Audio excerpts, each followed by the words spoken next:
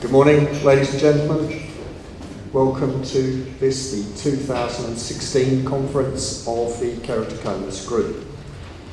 My name is Mike Oliver. I'm privileged to be the chair of this group, and I'd like to welcome so many of you here today. We did have worries about numbers, but it appears they weren't well founded. So thank you all for coming on what for some is probably a difficult day for travelling. Before I do anything else, I have to do the housekeeping. And you'll see that the emergency exits are cleverly marked fire and emergency exits. There, and of course the main entrance behind you.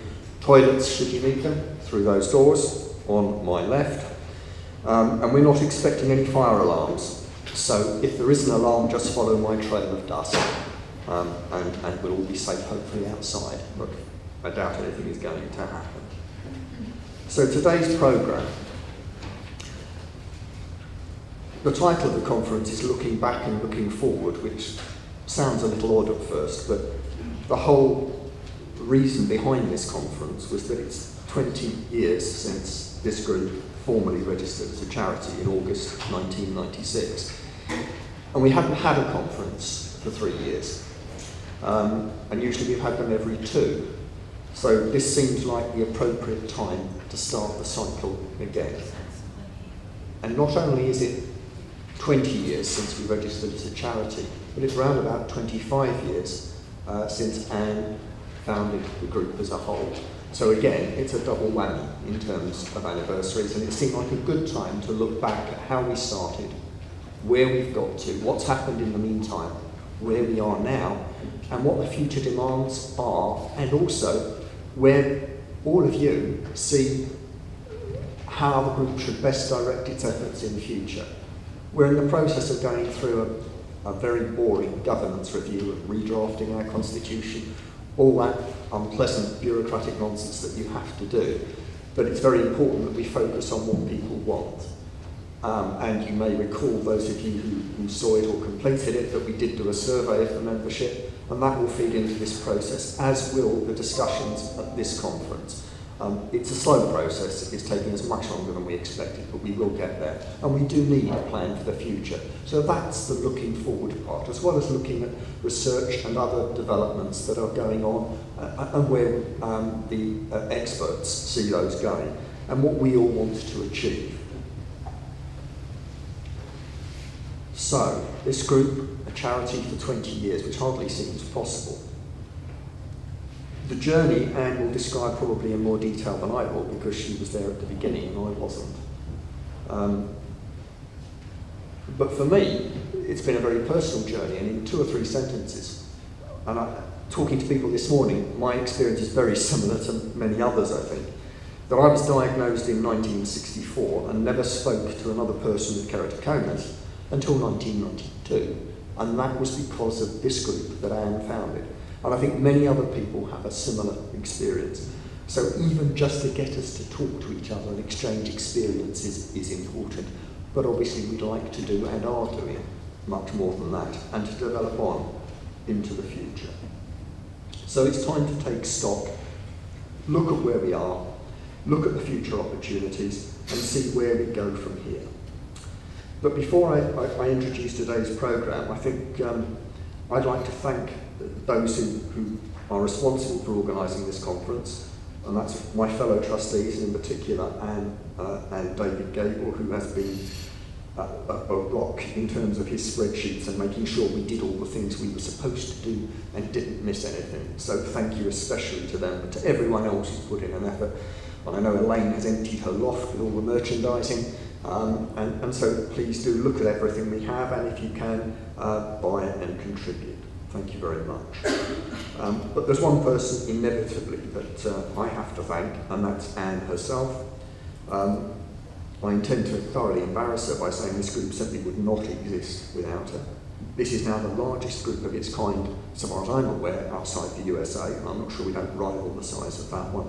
That would not have happened without her efforts, and I think she deserves a huge vote of thanks and a round of applause for that.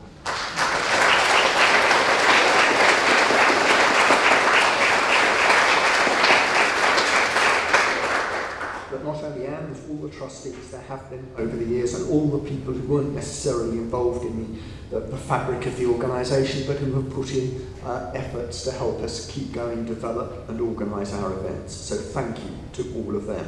And I'm really pleased to see a number of them here today, particularly those who've been with us almost since the beginning, people like Moira, who you will have seen on reception coming in, and people like Val Pearman, who is here today for the first time in many years. So welcome to all and thank you for your efforts. More importantly, so far as today is concerned, because we were not successful in gaining any funding from any of the usual sources, we usually manage to secure awards for all or similar funding, we were not successful this time. But this event is being held in financial terms simply because of the efforts of one of our members, Amy Musto. I don't know if Amy's here today. Would you mind standing up, Amy? I'm sorry to embarrass you. But Amy persuaded her employers, Barbican Insurance, to take us on as one of their nominated charities for a period of years. Amy and her colleagues have raised huge amounts for us, and we're told there's another large tranche of funds coming. So without their support, this conference would not be happening. So we are very, very grateful. And not only that, but as I said, there is another tranche of funding we are told is coming. In his presentation today, I will ask Stephen Tuft to say a few words about a research project which we are also able to fund wholly from group funds, which is quite unusual for us anyway. And that's simply because of the work that Amy and her colleagues have done in raising enormous amounts of money. I'm told people have fallen out of planes and all sorts of other things. So I think that also deserves a very large round of applause.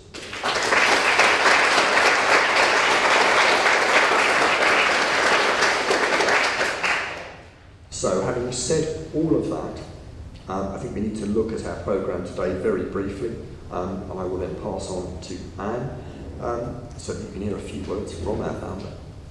Our professional speakers this morning, firstly Professor Roger Buckley, who has supported us pretty much from the outset, has been our group president, and we owe an enormous debt to him, not only for his support and advice, but also by the use of his name, giving us an enormous amount of credibility with the professionals.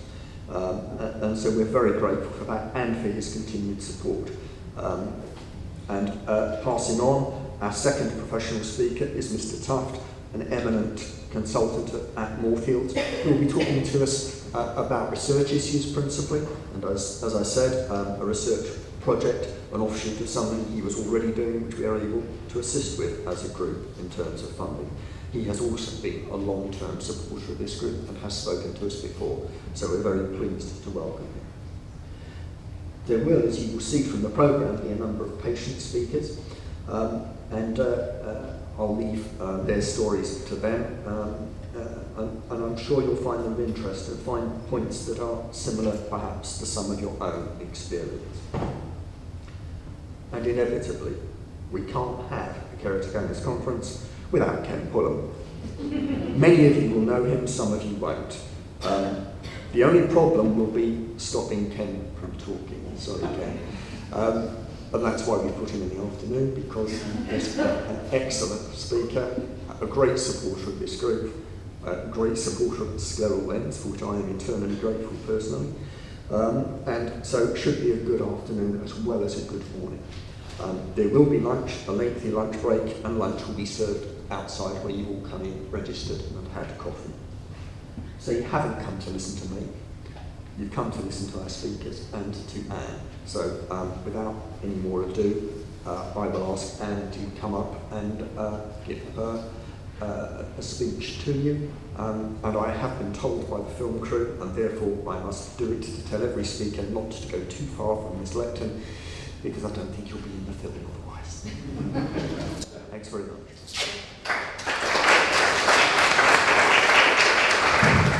I need my reading glasses, sorry.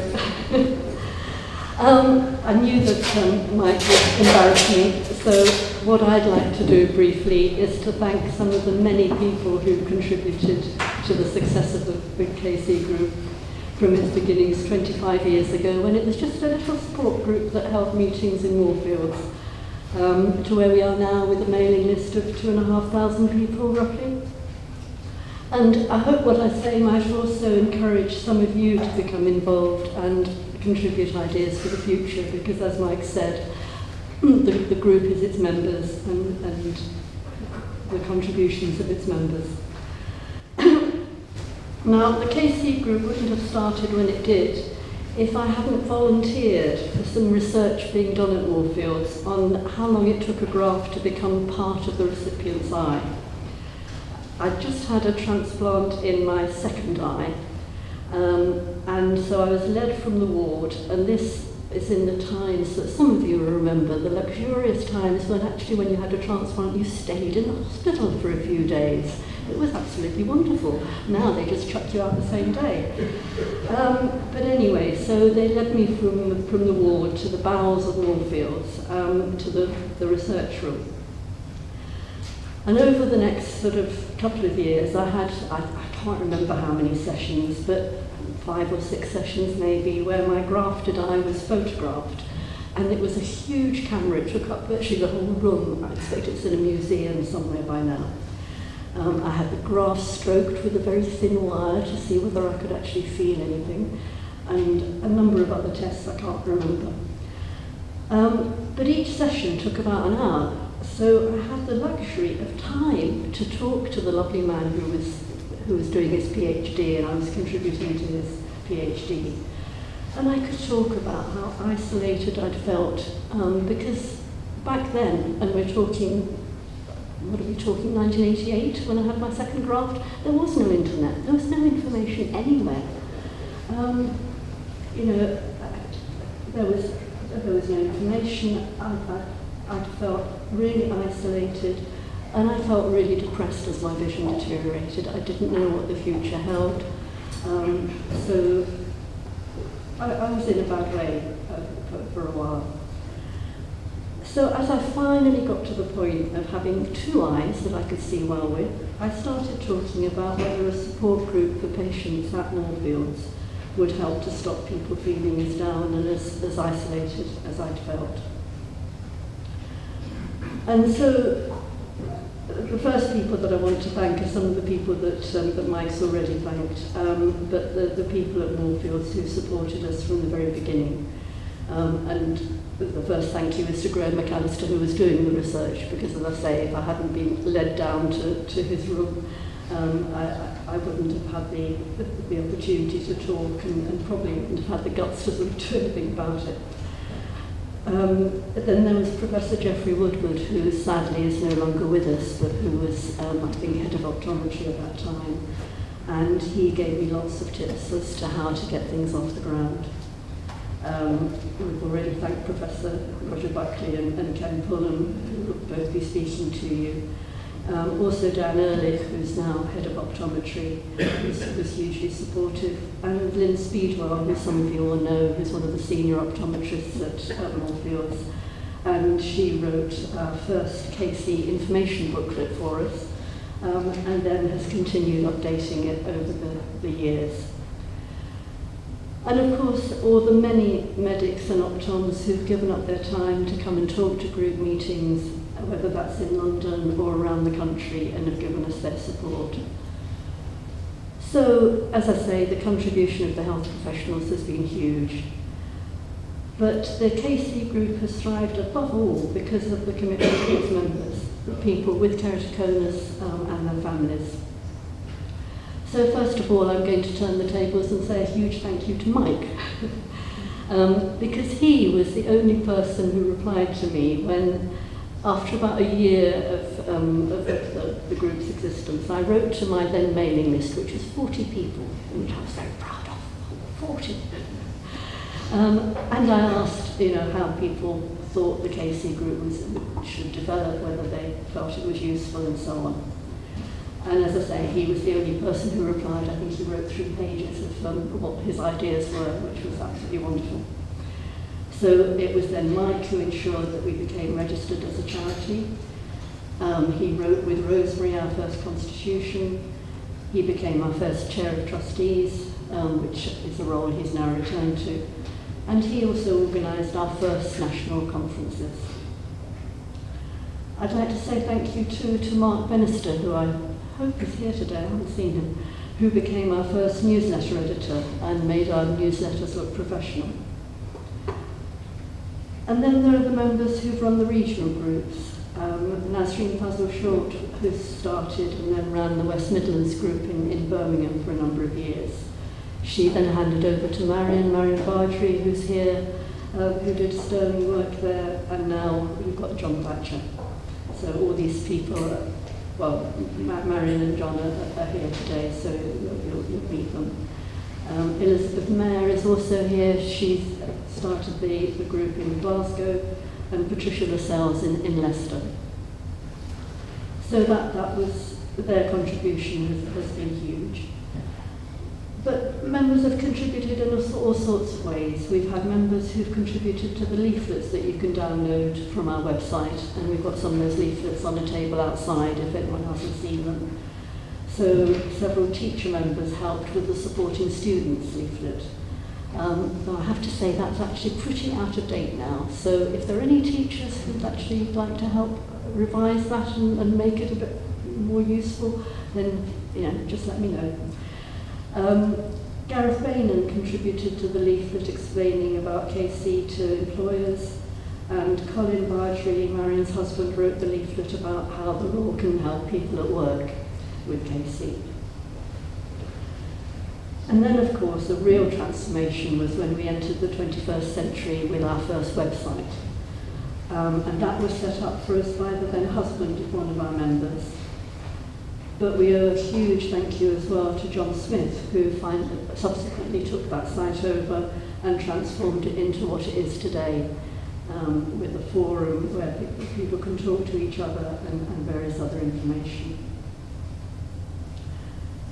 I can't mention the website without paying tribute to Andrew McLean, who sadly died last year, but will be familiar to anyone who's used the forum on our website. He was a Church of Scotland minister who extended his ministry to everyone who ever posted on the forum.